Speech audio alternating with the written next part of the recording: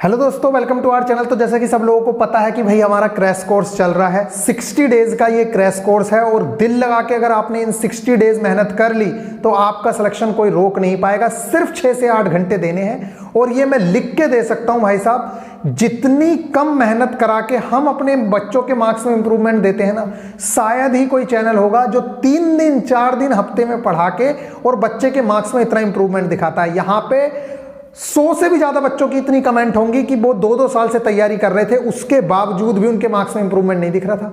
लेकिन यहां पे सिर्फ एक प्लेलिस्ट 18 वीडियोस की प्लेलिस्ट देखी है और उसके बाद से उनके मार्क्स में 5 से 10 नंबर का हाइक हुआ है। तो मैं आप लोगों से बार बार कहूंगा कि अगर आप दिल लगा के शिद्दत से ईमानदारी के साथ इन चीजों को फॉलो कर लेते हो तो शायद ही ऐसा होगा कोई बच्चा जो सिलेक्शन ना ले पाए। मैं आप लोगों को इतना टाइम दे रहा हूं, 4:2:1 की स्ट्रेटेजी में भी ये जो 4 दिन पढ़ने के होते थे अब मैंने 3 दिन पढ़ने के लिए कर दिए हैं। 4 दिन आप लोगों के पास पूरे रिवीजन के और टेस्ट के लिए हैं। तो गाइज, अगर आप लोगों को इतना टाइम मिल रहा है, कोई बंदा आपके साथ खड़ा है और वो भी ये गारंटी दे रहा है कि पूरा का पूरा सिलेबस निपटा देंगे और बड़ी ही आसानी से सारा सिलेबस निपट जाएगा और आपको पता भी नहीं चलेगा कि सिलेबस कब निपट गया, इतनी गारंटी देने के बाद भी अगर आप नहीं पढ़ रहे हो ना, तो आप खुद समझो कि आप क्या चाहते हो। देखो, इस टाइम पे आप लोगों ने कल एक नोटिस देखा ना आरआरबी जेई वाला, कि आरआरबी जेई और सीनियर सेक्शन इंजीनियर का। देखो, ये तो मैं पहले से ही बता चुका था क्योंकि बहुत सारे स्टूडेंट्स कह रहे थे कि भैया वैकेंसी आने वाली है, तुम्हें पता नहीं है, दिसंबर में वैकेंसी आएगी। ऐसा कुछ नहीं है। और वैसे भी अब तो सीनियर सेक्शन इंजीनियर चला गया है किसके हाथों? एसएससी के हाथों। तो आपको पता है एसएससी तो क्या करने वाली है, सबको पता है वो चीजें, उस चीज को तो छोड़ ही दो। कॉन्ट्रैक्ट बेसिस पे वैकेंसी एक्सटेंड की है। मतलब कहने का जो है कि जो बच्चे पहले से वहां पे सीनियर सेक्शन इंजीनियर या जूनियर इंजीनियर बने हुए हैं उनका पीरियड थोड़ा एक्सटेंड किया गया है। तो अभी वैकेंसी मतलब थोड़े टाइम के लिए और हट गई है, ये मान के चलो आप लोग। एसएससी के थ्रू वैकेंसी होगी सीनियर सेक्शन इंजीनियर की, क्योंकि उसकी वैकेंसी बहुत दिनों से नहीं हुई है। जूनियर इंजीनियर की अभी वैकेंसी का कुछ नहीं दिख रहा है कि क्या होगा क्या नहीं होगा। इसलिए मैं आप लोगों से कह रहा हूं कि हो सकता है कि ये पीढ़ी आपकी अंतिम पीढ़ी हो जिसे इतने बेस्ट चांसेस मिल रहे हैं। और मैं, जो बच्चे ये कह रहे हैं ना कि भैया इतना एग्जाम डिले हो रहा है, भाई साहब सच बात तो यही है, इस बात को कोई एक्सेप्ट करे या ना करे। मैक्सिमम लड़कों को टाइम चाहिए था और टाइम मिल गया, चलो ये तो ठीक है। आप लोग बहुत ज़्यादा खुशनसीब हो कि आप लोगों ने 2019 में फॉर्म फिल कर दिया और ये वैकेंसी 2019 में आ गई। क्योंकि आप सबको पता है यार, 2018 में वैकेंसी आने के बाद 2018 में वैकेंसी आई 64,000, उसके जस्ट बाद 2019 में वैकेंसी आ गई 1 लाख। आपको क्या लगता है उस टाइम पे एनालिसिस नहीं हुआ होगा? सारी चीजें हैं, सबको पता था कि ये वैकेंसी कब की है। इसलिए ज्यादा आप लोगों को उछलने की जरूरत नहीं है कि आज एग्जाम नहीं हुआ, कल एग्जाम नहीं हुआ। मैं आप लोगों को बता रहा हूं, बस आपकी तैयारी होनी चाहिए। और ये खुशनसीब इसलिए हो आप लोग क्योंकि इस टाइम पे अगर फॉर्म आते ना, मान लो एग्जाम अब 2 महीने बाद होगा, अगर इस टाइम पे फॉर्म आते ना तो आपके साथ इस टाइम पे ये लगा लो हर साल कम से कम 10 लाख 12 लाख इंजीनियर निकल रहे होंगे, इतने बीएससी बीएड निकल रहे होंगे, बीएड वाले हैं, बीएससी वाले हैं और भी हैं, बीकॉम वीकॉम सब तरह के बच्चे निकल रहे हैं ना। ये सारे बच्चे भी आपके साथ कॉम्पिटिटर होते या नहीं होते? और आप खुद बताओ, आपके आसपास बहुत सारे स्टूडेंट्स ऐसे होंगे जो अब ये कह रहे होंगे कि यार हम ग्रुप डी का फॉर्म भर देते, हमने तो भरा नहीं, हम तो भूल गए। और हो सकता है कि वो आपसे तेज भी हों पढ़ने में। तो आप लोग खुशनसीब हो जो लिमिटेड बच्चों के साथ लड़ रहे हो, ठीक है। आपने जो 2019 में समझदारी दिखाई है उस चीज को आप सिलेक्शन में बदल के दिखा दो। आप लोग देखो, लो मोटिवेशन देखो, क्या टाइम हो रहा है? रात के 1:48 हो रहे हैं। देख लेना टाइम जरा सही से, ठीक है। रात के 1:48 हो रहे हैं, उसके बावजूद भी आप लोगों के लिए वीडियो बन रही है। पता है क्यों? क्योंकि मुझे पता है कि भाई आप लोगों की उम्मीद है, मतलब आप लोगों को उम्मीद है कि सर वीडियो देंगे कल, इसलिए मैं अभी भी आया हूं और फिर आप लोगों को वीडियो दे रहा हूं। क्यों? क्योंकि भाई अगर वीडियो नहीं गई तो बहुत सारे स्टूडेंट्स का जो है भरोसा टूट जाएगा। इसी तरीके से आपके मम्मी पापा आपसे भरोसा लगाए बैठे हैं, उन्हें एक उम्मीद है कि आप उन्हें सिलेक्शन दोगे, उनके परिवार की स्थिति सुधार दोगे, ठीक है। जो मोटिवेशन वाली बात है ना, सबसे बड़ा मोटिवेशन तो उस दिन पता चलेगा जिस दिन हमारे पास में पैसा नहीं होगा और हम अस्पताल पहुंचे होंगे या कुछ कर रहे होंगे। भाई साहब, इस टाइम पे बहुत ज्यादा फैसिलिटीज हो गई हैं। मैं सच बता रहा हूं, मेरी अगर फोटो देखोगे ना, मैं आपको फोटो दिखाऊंगा, शायद फोटो है, ठीक है। दिव्या की फोटो है, वो पता नहीं मेरे भाई ने या चाचा जी ने क्लिक की थी, उस पिक को आप लोग देखना, आपको पता चल जाएगा कैसे डिविया में पता है कपड़े पहन के नहीं पढ़ा जाता था। क्यों? क्योंकि गर्मी हो रही है, पंखा नहीं है, लाइट नहीं है, डिविया रखी हुई है, पढ़ रहे हैं, आंखें अंधी हो गई। मैंने ट्यूशन भी डिविया में पढ़ाए हैं, कभी मिलवाऊंगा अपने ट्यूशन वाले बच्चों से, समझ आ रही है ना। डिविया और लैंप में तो ट्यूशन पढ़ाए हैं। तो गाइज मेहनत तो देखो करनी पड़ेगी। इस दुनिया में ऐसा कोई नहीं है जिसने बिना मेहनत के सफलता पाई है, और जिन्होंने ऐसी सफलता पाई है उनके अंदर कॉन्फिडेंट नहीं है, वो आपके सामने बोल नहीं पाएंगे। चाहे आप छोटी जॉब भी लोगे ना पढ़ने के बाद, तो आप बोल पाओगे। जो आज हम बोल पाते हैं ना, चाहे हमने इतनी सी जॉब ली है और आपके सामने आज बोल रहे हैं ना, तो इसलिए क्योंकि ये कॉन्फिडेंट है कि ये हमने अपने दम पे ली है। अगर यही चीजें मैंने ऐसे वैसे करके ली होती ना, तो मुझसे बोला नहीं जाता आपके सामने, मैं यहाँ खड़ा नहीं हो पाता। तो गाइज आप अपनी मेहनत के दम पे जो चीजें लोगे ना, तो उस चीज को आप एंजॉय भी कर पाओगे, और वो चीज आप लोगों के सम्मान में बहुत ज्यादा अच्छी होगी। आपके पापा मम्मी को भी ये लगेगा कि हाँ भाई हमारे बच्चे ने मेहनत से जॉब ली है, और मेहनत के बिना तो शायद ही रेलवे में जॉब मिलती हो। तो गाइज ये आप लोगों का टाइम है, और इस टाइम में कम पढ़ के आपको ये भी नहीं पता चलेगा कि मैं सिलेबस कब निपटवा दूंगा। बड़ी ही आसानी से सिलेबस निपट जाएगा, बस आप लोग साथ मत छोड़ो और बहुत अच्छे से बने रहो। अभी बहुत सारे स्टूडेंट्स हैं जो हार मान जाएंगे, मानते रहो, हार पता भी चल जाएगा, क्योंकि बार बार किस्मत मौका नहीं देती। इस बार आपके देखो, अच्छा उस टाइम पे अगर एग्जाम हो जाता आपका सिलेक्शन नहीं होता, सच बताओ आपका सिलेक्शन होता? जो बच्चे इस टाइम 50-55 में पढ़े, क्या आपका सिलेक्शन हो जाता? जो आप हल्ला मचा रहे हो कि भैया एग्जाम कर देते उसी टाइम पे, चलो होना तो चाहिए, हमें भी पता है बहुत सारे बच्चे हैं जिनकी तैयारी अच्छी है, लेकिन क्या आपका सिलेक्शन हो जाता? नहीं होता ना। तो भगवान ने अगर आपको एक चांस दिया है, वैसे उस पर किसी की रोक टोक तो थी नहीं, एग्जाम होता तो भी हमने सिलेबस पूरा करवा दिया था, लेकिन मैं फिर भी कह रहा हूं कि अगर आपको चांस दिया है तो इस चांस को मत खो, दिखा दो करके कि भगवान ने तुम्हें चांस दिया है, तो तुम भी इस चांस को खोओगे नहीं। और टाइम निकलने के बाद आप कुछ भी करोगे ना, तो उसका कोई बेनिफिट नहीं है। टाइम ही इस दुनिया में सबसे ऊपर है। अगर आप आज टाइम दोगे तो टाइम आपको कहां से कहां पहुंचा देगा आपको पता भी नहीं चलेगा। और आप टाइम मत दो, देख लेना फिर क्या होगा। टाइम देने से ही सब कुछ है। आप यहां पे गर्लफ्रेंड को टाइम दोगे तो गर्लफ्रेंड सेट हो जाएगी, जिसको टाइम दोगे वो चीजों से आउटपुट आएगा। आज शेयर मार्केट में टाइम देना शुरू करो, वहां से ज्ञान मिलना शुरू हो जाएगा। यूट्यूब पे टाइम देना शुरू करो, यूट्यूब से ज्ञान लेना शुरू कर दोगे। इसलिए जिन चीजों पे आप टाइम दोगे वहां से आउटपुट तो मिलेगा ही। अब टाइम कितनी शिद्दत से देते हो वो आपको पता है। अगर आप अपनी बुक्स को टाइम दोगे, अपने टारगेट्स को टाइम दोगे, तो ये मान के चलिए कि वो आप लोगों को आउटपुट निकाल के देगा, और आपका आउटपुट होगा आपका सिलेक्शन। ठीक है, चलिए वैसे बहुत लंबी बात हो गई, बात करेंगे कल। मैं आप लोगों को बहुत ही एक अच्छी चीज वीडियो लेके आने वाला हूँ, मोटिवेशनल वीडियो भी होगी और उसमें कुछ इन्फॉर्मेशन भी होगी, शायद चैनल से रिलेटेड। बहुत ही ज़्यादा अच्छी वीडियो है, आप लोग देखिएगा और आप लोगों को शायद ही मतलब इतने अलग लेवल का एक मोटिवेशन मिलेगा कि आप लोग अपने एग्जाम के लिए दिन रात एक कर दोगे। चलिए यहाँ पे देखते हैं। स्टैटिक जीके में हमारे जो टारगेट्स हैं, और ये बात ध्यान रखना, टारगेट्स 3 दिन जाएंगे भैया। मैं पुराने स्टूडेंट्स हैं, नए स्टूडेंट्स हैं, कुछ लोगों को पता ही नहीं चल रहा भैया 4:2:1 पे पढ़ते हैं। इन 4 दिनों में पहले टारगेट जाते थे, ये मंगलवार से लेकर शुक्रवार तक।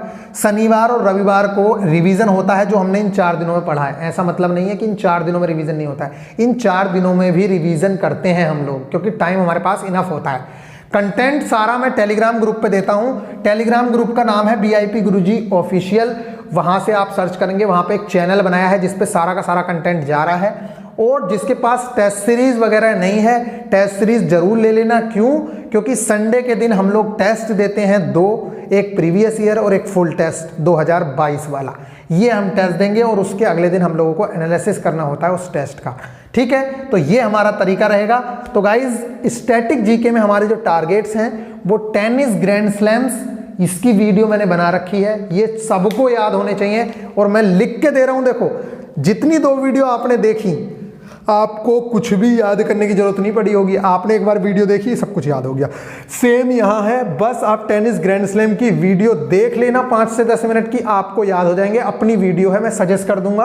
और दूसरी चीज, अब मैं जो आपके प्लेलिस्ट बनाई है, उस प्लेलिस्ट के अंदर जो भी वीडियो होती है रिलेटेड, मैं वहां पे ऐड कर देता हूं। तो वहीं पे जाके देखोगे, डायरेक्ट प्लेलिस्ट देखो, सारी चीजें मिल जाएंगी। टॉप पे प्लेलिस्ट बनी हुई है। ग्रैंड स्लैम्स है, new salary of government officials. आपको पता है पीछे 1-2 साल पहले क्या हुई थी, सैलरी रिवाइज्ड हुई थी। किस चीज की? इनकी राष्ट्रपति की, उपराष्ट्रपति की, प्रधानमंत्री की, तो वो पूछी जाती हैं, तो हमें वो करनी है, ठीक है। उसके अलावा नेशनल फिल्म अवार्ड मैं आपको बता दूं, ये अभी तो मैं ऐसे दे रहा हूं, लेकिन अभी मैं इसकी एक टेबल बना के दूंगा आपको, जिसमें सारे के सारे अवार्ड फिल्मों से रिलेटेड जितने भी होंगे वो सारे के सारे एक ही जगह कवर हो जाएंगे। जैसे ऑस्कर अवार्ड होता है, सेम ग्रैमी अवार्ड होता है, ये इंटरनेशनल लेवल के अवार्ड हैं, तो इन दोनों को एक जगह लिखना, ऑस्कर और ग्रैमी अवार्ड को, समझ आ गई। और कई बार इसमें कॉमन चीजें भी मिलती हैं, लेकिन यहां पे अगर बात करें तो जैसे कल आपने अवार्ड पढ़ा, उसके साथ इन चीजों को अवार्ड को, जो 67th नेशनल फिल्म अवार्ड है और फिल्म फेयर अवार्ड है, इसके अलावा और भी अवार्ड आएंगे, अभी आईफा अवार्ड है, ठीक है। ये सारे के सारे अवार्ड में जो एक्टर हैं, मूवीज हैं, कई बार कॉमन होती हैं क्योंकि ये इंडिया के हैं सारे के सारे, तो इन चीजों को ध्यान रखना। ये हमारा, ये चीजें कवर करनी है, मैं इनका मटेरियल सारा का सारा टेलीग्राम ग्रुप में दे दूंगा। बात करते हैं साइंस की, तो देखो क्लास 9th की जो एनसीईआरटी है, मैंने आपसे कहा एनसीईआरटी के लिए आप यूट्यूब पे जाइए, डायरेक्ट सर्च करिए, क्या class 9th NCERT chapter number 1 या class 9th science NCERT chapter number 1, आपको बहुत सारी वीडियोस मिल जाएंगी। 1 घंटे की किसी की भी वीडियो देख लो, आपका वो काम खत्म, ठीक है। जिसका मन करे उसकी वीडियो देखोगे, तो चैप्टर नंबर 1 आप लोगों को कंप्लीट करना, कल कर लिया आपने। यहां पे चैप्टर नंबर 2 मैं इसलिए दे रहा हूं क्योंकि कल टारगेट नहीं जाएंगे, क्योंकि अब 4 दिन में से 3 दिन टारगेट जाएंगे, तो आज और कल हो गया, फिर 1 दिन का गैप रहेगा और फिर उससे अगले दिन टारगेट जाएंगे, इसीलिए काफी अच्छे खासे टारगेट आपके सामने दे दिए गए हैं। तो चैप्टर नंबर 9(2) कवर करना है, केमिस्ट्री का चैप्टर है ये, इसका नाम है क्या हमारे आसपास के पदार्थ शुद्ध हैं। इसमें जो इंपॉर्टेंट चीजें हैं वो क्या हैं, देखो टिंचर आयोडीन एक कॉन्सेप्ट आएगा, आप पढ़ोगे तो आपको पता चल जाएगा। अभी मैं बुक दिखा दूं, दिखाऊं क्या, छोड़ो, अरे मैं नहीं दिखा रहा, ठीक है। टिंचर आयोडीन आएगा, वो आप लोगों को कवर करना रहेगा, वो मोस्ट इंपोर्टेंट है। मतलब हमारे जो कंपटीशन एग्जाम में, हमारे जो ग्रुप डी में, एनटीपीसी में जो क्वेश्चंस पूछे जाएंगे वो यहाँ से पूछे जाएंगे, इसलिए मैं इन चीजों को करा रहा हूँ। और ये वाली जो चीज है अभी ये करंट चल रही है, इसके साथ हम स्टैटिक को लेके एनटीपीसी की जीके भी कवर करा देंगे इसी के साथ साथ। और ये जो टारगेट्स हैं आप देख लेना, आप चाहे यूपीपी का एग्जाम दे देना, यहीं से सारा पेपर ना फंस जाए तो बताना फिर आके, क्योंकि मुझे पता भाई जो चीजें हमने पढ़ी हैं वो इन्हीं से हमने डीआरडीओ का एग्जाम निकाल लिया, इन्हीं से हमने यांत्रिका का एग्जाम निकाल लिया, इसी से हमने यूपी पुलिस का एग्जाम निकाल लिया, तो ये सारी चीजें वही हैं, आपके लिए मोस्ट इंपोर्टेंट हैं, ठीक है। तो 67th नेशनल फिल्म अवार्ड हो गया, तो ये हो गया। तो चैप्टर नंबर 2 करना है, हमारे आसपास के पदार्थ शुद्ध हैं, तो इसमें टिंचर आयोडीन, निलंबन, कोलाइड के एग्जाम्पल, कोलाइड के एग्जाम्पल बहुत ज्यादा इंपॉर्टेंट है, उसके अंदर भी हमारे लिए 2 से 3 ही इंपॉर्टेंट है बस। एक टेबल आती है बनी हुई, देखो मैं दिखा दूं यार, दिखाई देता हूं, देखिए ये है टेबल, ये है टेबल, ठीक है। ये मार्किंग वाली मैं दे दूंगा, इसमें जिस पे मार्क किया है ना बस वही हमारे लिए इंपॉर्टेंट है। और इसमें भी सबसे ज्यादा जो इंपॉर्टेंट होता है द्रव का द्रव में कोलाइड विलयन, ठीक है, जिसे क्या कहते हैं, इमल्सन या पायस कहते हैं, और इसका दूध एग्जाम्पल होता है, ये बहुत ज्यादा पूछा जाता है, ठीक है। इसी तरीके से धुआं, ये आपसे क्वेश्चन रहेगा, चलो ये बताना धुआं जो है किसका किसमें कोलाइड विलयन है, ये बताना, यहां से बहुत ज्यादा इंपॉर्टेंट चीज है। मतलब तो समझ आता होगा ना इसका, ये नहीं आता, चलो वीडियो के लास्ट में बता दूंगा धुएं वाला में, ठीक है। तो इसी तरीके से कोहरा, बादल, कुहासा इंपॉर्टेंट होता है, धुआं इंपॉर्टेंट होता है, ठीक है। और एक बस दूध इंपॉर्टेंट होता है, क्यों, क्योंकि दूध पायस का एग्जाम्पल है और वो दोनों एरोसोल के एग्जाम्पल हैं, यही हमारे लिए इंपॉर्टेंट होते हैं। इसके अलावा क्रोमेटोग्राफी आपको पढ़नी है, और इंपॉर्टेंट चीज याद रखना भौतिक और रासायनिक परिवर्तन, समझ आ रही है ना, क्या भौतिक और रासायनिक परिवर्तन मोस्ट इंपोर्टेंट है। और कल मैं इसकी वीडियो भी आप लोगों को प्रोवाइड करा दूंगा, आप लोग सारे के सारे क्वेश्चंस यहां से निपटा दोगे, और हमारे ग्रुप डी एग्जाम में एक क्वेश्चन यहां से देखने को मिलता है जो चैप्टर नंबर 2 का आपका पार्ट रहेगा, ठीक है। तो भौतिक और रासायनिक परिवर्तन, इसके अलावा आगे तत्व हैं, यौगिक हैं, ये आप लोग देख लोगे थोड़ा बहुत, यहां से इतना ज्यादा नहीं पूछा जाता, बस पूछा जाता है हाँ तत्व से रिलेटेड 2 क्वेश्चंस मैं पूछूंगा। तत्व की खोज किसने दी, तत्व शब्द सबसे पहले किसने लिया, ये 2 वर्ड जरूर से जरूर आप लोगों को बताने हैं, और कल मैं क्वेश्चन भी डालूंगा आपके लिए। प्रमुख रोग और उससे संबंधित टीके, क्योंकि आप लोगों को पता है इस टाइम पे कोरोना वैक्सीन का बहुत ज़्यादा कोरोना का बोलाबाला है, तो सारे रोगों से रिलेटेड जितनी भी वैक्सीन हैं वो हमारे लिए इंपॉर्टेंट होती हैं। तो प्रमुख रोग और उनसे संबंधित जितने भी टीके हैं वो हमारे, जैसे बीसीजी के लिए कौन सा टीका लगाया जाता है, इसके लिए कौन सा टीका लगाया जाता है, ये सबको आपको पता होना चाहिए। तो ये मैं प्रोवाइड कराऊंगा सारा का सारा कंटेंट टेलीग्राम ग्रुप VIP गुरुजी ऑफिशियल, ठीक है। बात करते हैं विभिन्न पैमानों पर टेम्परेचर, ये मैंने दे भी दिया है, क्यों? क्योंकि इसमें कुछ चीज़ें हैं, एक टेबल बनी हुई है जिसके अंदर कुछ टेम्परेचर हमें याद होने चाहिए कि कमरे पे, हमारा नॉर्मल कमरे पे कितना टेम्परेचर होता है, ये पूछ लिए जाते हैं, ठीक है। आदर्श गैस का कितना टेम्परेचर होता है, इस तरह की चीज़ें पूछी जाती हैं। तो ये विभिन्न पैमानों पर टेम्परेचर और दूरी मापने के कुछ मात्रक मैंने आप लोगों को दिए हैं। इसके अलावा कुछ पीएच वैल्यूज़, पीएच स्केल लिख दिया, यहाँ गलत है, यहाँ पे पीएच वैल्यूज़ लिख दो। ये पीएच वैल्यूज़ आप लोगों को याद करनी है। तो गाइज ये रहा हमारा साइंस का टारगेट। अब मैं बात करता हूँ मैथ्स की। Number system all types previous year. अभी आपने एक टाइप के प्रीवियस ईयर किए हैं, अभी बहुत सारे हैं क्योंकि नंबर सिस्टम चैप्टर बहुत इंपॉर्टेंट है, वहाँ से बहुत सारी चीज़ें पूछी जाती हैं। तो उसके जो प्रीवियस ईयर है वो आप लोगों को प्रोवाइड कराए जाएंगे।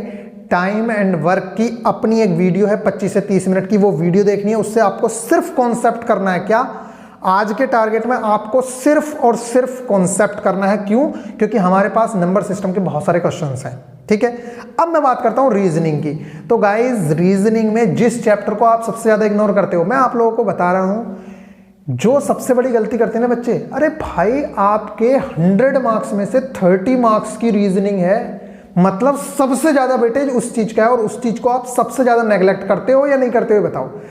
मैक्सिमम लड़के अरे रीजनिंग तो हो जाएगी, रीजनिंग हो जाएगी। भाई जीके पे तू जितना दिमाग लगा रहा है ना, अगर तू ढंग से रीजनिंग में से 30 में से 28 या 29 या 30/30 मार्क्स ले आएगा, अगर तू उतना टाइम यहां रीजनिंग पे लगा देगा तो। और वहां कितना ही पढ़ते ना, कुछ होना नहीं। इसलिए मैं कह रहा हूं इसका जो चैप्टर है एनालॉजी और सिमिलैरिटी, ये चैप्टर आपको 3 काम करा के देगा। रीजनिंग का तो काम कराएगा ही कराएगा, ठीक है। कई बार आपने देखा होगा ना, जैसे यहाँ पे लिख के दे देगा टेम्परेचर थर्मामीटर, इसी तरीके से दाब स्पेस दे देगा। बताओ क्या आपको ये क्वेश्चन लगते तो बड़े आसान होंगे? कोचिंग वाला भी यही करता है कि अरे ये तो हो ही जाएंगे, 50 करा दिए, 100 क्वेश्चन करा दिए, बस हो गया, और आप भी रट लेते हो। ना ना ना, इस चैप्टर की थ्योरी कम से कम 3 दिन चलती है। कितने दिन? 3 दिन। उस थ्योरी से आपको कितने बेनिफिट है मैं बता रहा हूं। उस थ्योरी को पूरा रट लेना। उस थ्योरी को इतने, एक तो आपका देखो, मान लो आपसे क्वेश्चन आता है कि उत्तर प्रदेश, लखनऊ और अरुणाचल प्रदेश स्पेस, इसका मतलब क्या है? जीके पता होनी चाहिए ना। तो वो सारी जीके इस चैप्टर में आती है, समझ आ रही है ना। तो वो वाली जितनी भी चीजें हैं आप लोगों को रटी होनी चाहिए। मैं प्रोवाइड कराऊंगा आप लोगों को, वो सारा का सारा कंटेंट रट देना है। यहां से क्वेश्चन नहीं छूटना चाहिए। जो आप बाद में आके कहते हो ना, अरे यार ये इतना हल्का सा क्वेश्चन गलत हो गया, एक क्वेश्चन गलत होने से 1.33 मार्क्स जाएगा।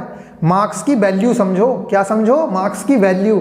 इसलिए आप लोगों को गलत नहीं करना है यहां से। ये चैप्टर लगता आसान है, रीजनिंग को हल्के में मत लेना। 30 मार्क्स की है, सबसे ज्यादा वेटेज रखती है, और सबसे कम मेहनत में सबसे ज्यादा मार्क्स दिलवा सकती है। इसलिए जीके वीके पे इतना ध्यान ना देके ये जो 3 सब्जेक्ट हैं, साइंस, रीजनिंग, मैथ्स। रीजनिंग तो मैं कह रहा हूं मोस्ट इंपोर्टेंट है, क्योंकि वो सबसे ज्यादा मार्क्स देके जाएगी हमें, ठीक है। तो गाइज ये हो गया। इसका एनालॉजी और सिमिलैरिटी की थ्योरी करनी है, सिर्फ थ्योरी, अभी क्वेश्चंस नहीं करेंगे, मैं बताऊंगा क्या करना है। इसके अलावा प्रॉब्लम फिगर्स मैं दूंगा। प्रॉब्लम फिगर्स क्या है? मैं पहले वो वाले चैप्टर खत्म करा दे रहा हूं जो एकदम से खत्म हो जाएंगे, जिससे आपके सर पे से लोड खत्म हो जाए, आपको लगे अरे यार 4 चैप्टर हो गए कंप्लीट एक ही हफ्ते में, समझ आ रही है ना। और वहां से क्वेश्चन भी आते हैं, ऐसा नहीं है खेल। मिरर इमेज से भी आपको 1 से 2 क्वेश्चन मिलते हैं। प्रॉब्लम फिगर का मतलब है तरह तरह की प्रॉब्लम्स होंगी, जैसे कि यहाँ पे कुछ बना के दे देगा, नीचे आपको चित्र दे देगा, पूछेगा ये वाली चीज इसके अंदर है या नहीं है, ठीक है। उसके अलावा चित्र बना के दे देगा, पूछेगा कौन सी फिगर के अंदर ये वाली चीज है।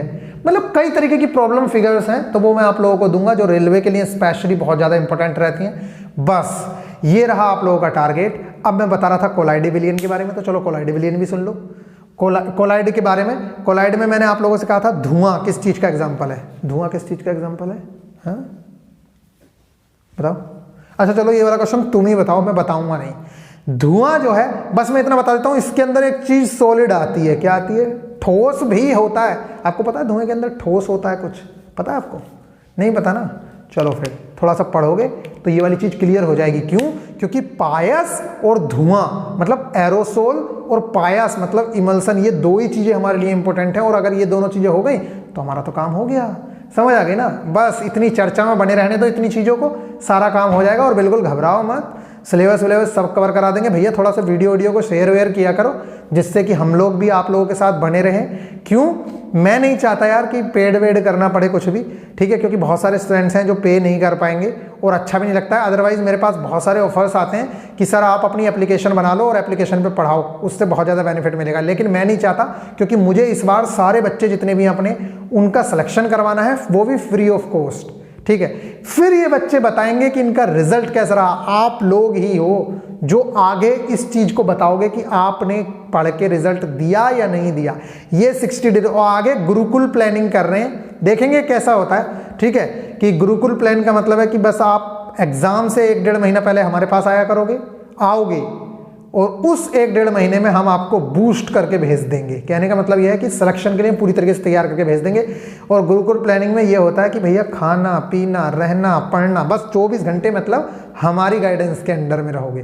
तो फिर आप चाहे कोई भी एग्जाम की बात करो, फिर वो निकालना, जैसे रेलवे ALP की बात करें तो वो बाद की बातें हैं, अभी कुछ नहीं है। सोचा है मैंने ऐसा कि ऐसा भी करवा सकते हैं बच्चों को, ठीक है। चलिए मिलेंगे फिर नेक्स्ट वीडियो में, ख्याल रखिएगा। इनमें से जो भी टॉपिक्स मुझे उचित लगते हैं उन पर मैं वीडियो देने की कोशिश करूंगा, ठीक है। Take care.